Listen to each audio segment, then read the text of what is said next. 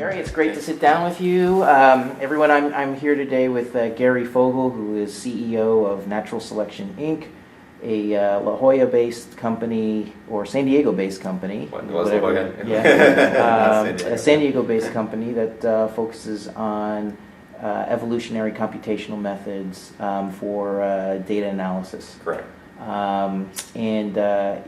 Gary, I'm very excited to talk to you, and actually honored to talk to you today because I think you've done some fantastic work in this area. Yeah. And I really want to kind of showcase that and highlight it Sure. over the course of this interview. So evolutionary computation is really just an encapsulation of the evolutionary process into a computer. Mm-hmm. So it's a population of solutions to a given problem. Mm-hmm. And whatever problem you have to face, you generate solutions to that problem, and then score those different problems with respect to some fitness function, some figure of merit that means worth to you. Mm-hmm. And for the solutions you've scored, you then rank them based on their scoring, and throw away the bottom percentage, whatever percentage you wish to, saving the upper percentage to be parents for the next generation of solutions. Mm-hmm. And then you generate those new solutions with slight variation from the parent solutions, and then regenerate the population, score them all again with the same fitness function, throw out the worst half, save the best half as parents, and iterate this process over and over and over again in the computer. Mm-hmm. And literally that process is a process of variation and selection that would be in natural selection in the real world, out in the wild, as evolution. And allows organisms in nature to evolve to an adapting, changing environment, just like solutions in a computer can change and adapt over time to the given constraints of the problem. So really, it's a very robust search problem. It allows you to optimize solutions to many, many different problems, and allow the computer to search that space sort of automatically with the evolutionary process as its engine.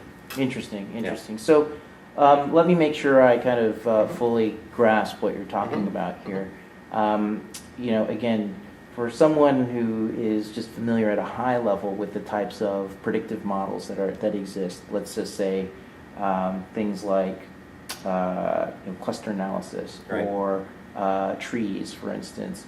What I'm hearing you say is that this framework or approach, right, essentially can kind of begin to score the approaches against one another, and in a continual fashion, or a continually adaptive fashion, right, identify which methods are most appropriate. Right. It's an optimization procedure, and so clustering is a process where you're trying to find similar objects in a data set, for instance. And you could use the evolutionary process to do that too, where you take different clusters, maybe even at random to start with, score them on their similarity, right, and try to evolve more and more similarity in the clusters, and maximize difference between the clusters over time, and using the evolution to do that process over time, to automate the clustering process. Got it. And there are ways of doing the clustering that are a more simplified search, if you will, and not parallel, like the evolutionary process would be. So in evolution, you're generating a big population of solutions, all going in parallel across this big search space to find out what's the right clustering of the data for me today. And you can let the evolution sort of figure out that clustering on its own. Rather than having someone come in and pre-program, I only want a certain number of clusters, or I'm going to use a gradient method to find out what's the right set of clusters for me today. This is a more adaptive answer to that clustering problem. And for decision trees, it's a very similar sort of idea. Decision trees are very valuable as a representation for finding a hierarchy in data. And you can optimize them using evolution as a means. So you can use the evolution to optimize all sorts of different architectures. If you have a problem that requires data trees as its representation, then you would evolve data trees.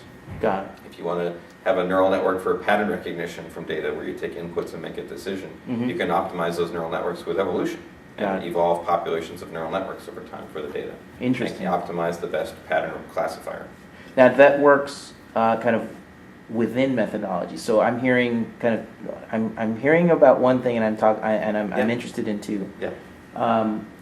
So I hear you about how it can kind of help choose the right structure for clustering, or finding the right pruning within a tree, for instance. To what extent does it work kind of across methodologies, or does it? Virtually any representation you wish to optimize, you can use the evolution to optimize. So I say it's incredibly horizontal, which is great power for that technology.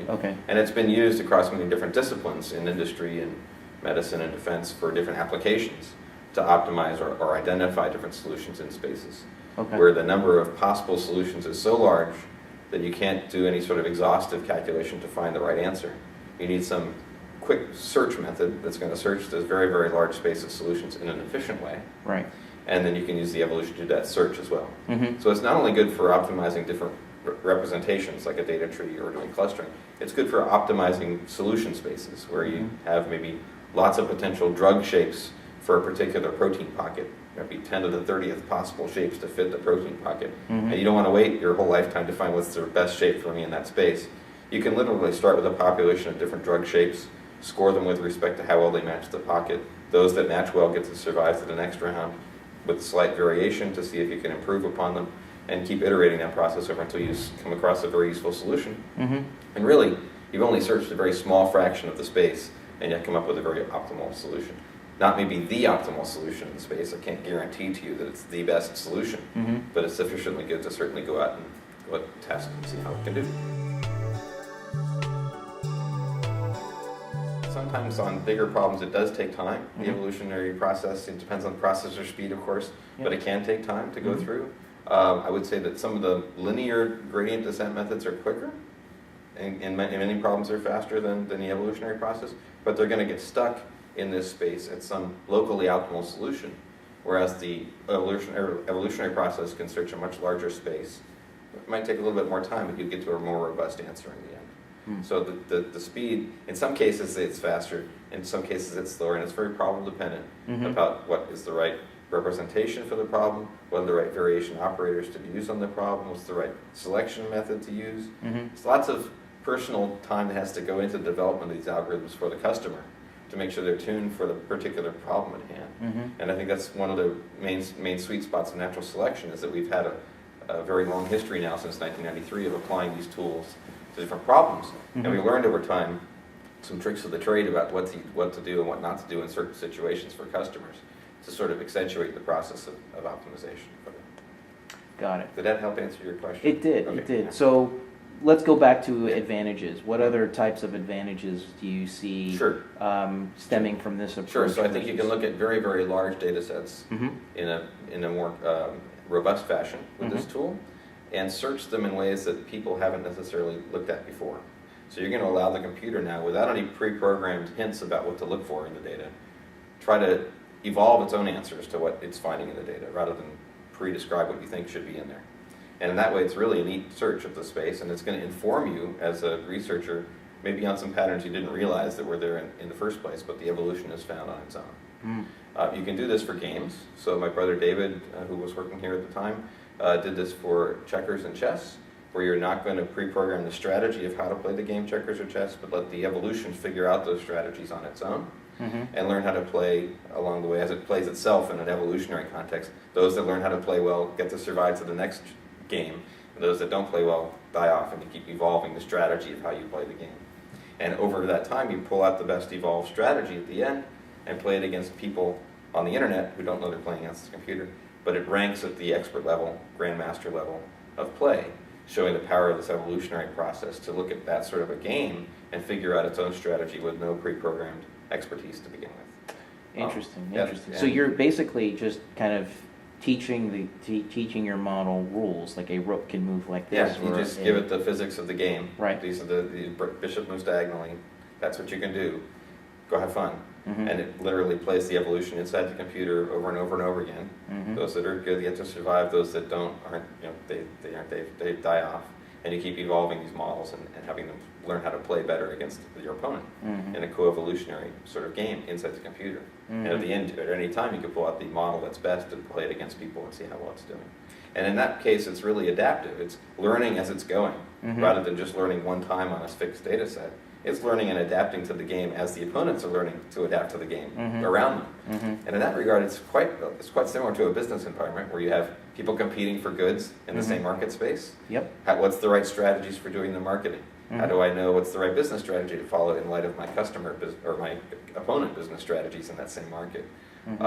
It could be, here's a time series of data like the stock market or the weather that changes with time, or a battlefield that changes with time. How do I model that more efficiently and adaptively so that I keep coming up with new answers that are still important and robust for that particular environment. So a standard evolutionary algorithm uses a common flow chart, if you would, a flow of use. The first effort in that would be to initialize a population of solutions to a given problem. And what I mean by that is if you have a problem for drug design, for instance, you would say, okay, I'm going to generate 50 drug shapes at random, because I don't know where to start, and try them against this particular pocket. So I'm just generating 50 solutions. And I'm going to carry 50 solutions through my particular population at a time. And I'm going to score them. My next window would be selection. I'm going to score them, would be scoring. I'm going to score them with respect to how well they match the drug pocket. I have to then come up with some method to say, given this equation, this is what fitness means to me. It's distance from the pocket, it's how well it fits in this pocket. There's all sorts of ways of measuring fitness in this regard. You have to come up with that fitness function. And that's not trivial. In some cases, just coming up with an equation is a hard hurdle to jump. Once I've scored them all, though, I can rank them. And then I can go through a selection process that removes some percentage of them, typically, let's say 50%. So I take out the bottom half, the ones that didn't score well, and I leave behind the top half. And to the top half now, I take each solution and generate some small perturbation to it that generates a new offspring solution that has just a small change. Maybe it's a rotatable bond that's twisted another 20 degrees. And then I generate a new population that has those 50 again. So from the 25, I generate 25 new ones, one per sample. I could do it any way I want to do, but let's just do one per sample. And now I score them all again, and I iterate this loop, and I rescore them. In some cases, the offspring might be outcompeting their parent solution. In some cases, the parent might outcompete the offspring, but I'm going to re-rank them anyway. I really don't care who is the parent and offspring. Re-rank them because I'm only interested in which ones are doing the good job. Right. And those that don't get eliminated, those that do now become parents for the next generation. And I iterate this process over and over again until I either converge on something very useful, or I run out of time, or something else makes me terminate the function. I think for pattern recognition, when you have lots and lots of features to look at and a decision to make in real time, you want to make a decision today about first you don't know what the features are of importance out of these 40,000 features that might be present in the data. And you don't know in terms of their combination, which combinations of those features might be really important, not just them alone on their own. And classically, many methods treat them as being completely independent of one another, but of course they really aren't. And the combinations is what drives the interesting dynamics of the system as it goes through time. So you could take those inputs to a model, like a neural network, doesn't have to be, or it could be some other representation, whatever you wish. And those inputs come in, and a decision has to come out of that model. And the question is, how do you optimally represent the features and their importance in combination to making this decision? Without getting into the math of all that. You can have a population of neural networks, each taking in different features with different weights of importance on their combination to making this output decision. And as long as you have some training data, you can then score them to see how well they would have done on the training data. And hold out some other data for testing to validate, now they really know how well they're doing on training. Do they still perform on data they haven't seen before? Do they perform pretty well? And you do a classical ROC analysis, ROC curve on that to see what's the false positive rate on the prediction. Do all good statistics on the end to see how well you're doing before you field something. But the beauty is that the features of importance in any data set that changes with time, the features change with time too. And so it's important to have a model that's adapting all the time. So if you have this evolutionary engine just on all the time, and you feed in new data as it comes in from the environment, from the market, from whatever you're modeling, you can then, if the features change with time, because they really do, then the evolution is going to key in on that and say, hey, look, the features 52, 65, and 128 are the ones today that are most important. Yesterday it was 1,022 and 64. That was the right key. And it can adapt and change those features with time to say, if we really wanted a good model today, we ought to be using these different features today, and continually adapting. And so we had a project for many years now. We worked with the government on homeland security problems, looking at feature analysis and making decisions that are in the best interests of America for homeland security. We worked with Homeland Security for container shipping screening, so looking at risk factors in shipping. What are the important factors for screening? How can we prioritize the containers as they come in based on their risk? And all that changes with time because the features about the containers change with time. That project also became a project for the Food and Drug Administration. looking at produce coming into America and assigning risk based on a continually adaptive method of profiling and looking for anomalies in the data, and then saying these are the right features to be looking at to look at produce risk today. And that's a tool that's currently going nationwide called Predict. We were involved with the development of that tool for the FDA. FDA gave us an honor award for our work in 2010 on that project. But really, it's not necessarily key to looking at the containers. You could use that same sort of feature analysis method for biological data to look at cancer screening, look at gene expressions, and relate them to a disease outcome or cancer outcome. Any sorts of features about an industry, could be features about commodity and how well it's selling over time, and making a decision what's the right price for that commodity, or what's the future price going to be for that commodity, what's the future demand going to be for that commodity, any of those sorts of things, words pattern recognition. And again, you don't necessarily have to use a neural network. You could use any of your favorite methods. And in fact, for any given problem, or for all problems, there's not one best answer for what's the right representation. So you could use the evolution to literally adapt the different representations and try a population of partly neural networks, partly support vector machines, partly something else, and see which one outcompetes each other for this particular data set, and go with that representation. If you could do it that way, that'd be great. Yep. So it's really allowing the evolution of the computer and allowing the computers to solve these problems perhaps better than we can. For the Food and Drug Administration, they had a tremendous need. At each port of entry coming into America, they have different types of produce coming in, different seasons, different produce. And the idea is you have lots of data about the produce, where it came from, who owns it, how long it took to get to America at the port of entry, and you only have a limited number of screeners that can actually screen all that produce coming in. So you have to really do the allocation of those resources correctly to maximize the defense of America based on what might be coming in through the port of entry. And of course, what comes into the port of entry is dynamic, and the screeners you have available are dynamic. And you can also measure outside influences on the produce. So there might be seasonal factors like flooding in Thailand, for instance, where we have a current flood in Thailand. That's going to affect the quality, or may affect the quality of shrimp coming out of Thailand in the future for the next few months, let's say. That's data that should be put into a model about shrimp quality, so maybe the rate of shrimp review gets increased because of that anomaly. That might have nothing to do with the people actually producing the shrimp. It's just a natural coincidence that happened at this time. And that would elevate the risk, for instance, for shrimp for a particular period of time. So as the Predict tool includes not only the features about the produce, it has this open source data coming into the tool as well, and helping then allocate the screeners most effectively based on the risk level for each item that comes through for that particular day, week, month, whatever the FDA wants to update. Now the rules for the update have to be updated regularly. And if they're not, we're back to where we were before with static rules that people could then necessarily learn if they wanted to by gaming the system. The beauty of the system we have currently is that it's dynamic and adaptive, which makes it difficult to game, and also allows us to then go back to the producers and say, if your shipment was stopped today, these are the reasons why. And in the future, those reasons hopefully will change. Hopefully there won't be a flood in Thailand anymore. We'll go back to being regular about your shrimp, but this week we really need to be worried about shrimp in America. And I'll just give you that as an example. For shrimp farmers out there, I apologize. But that sort of a dynamic system where you can always change and adapt to continuously changing environments is what evolution's all about. And that's what works in nature, and that's why it's working in the computers.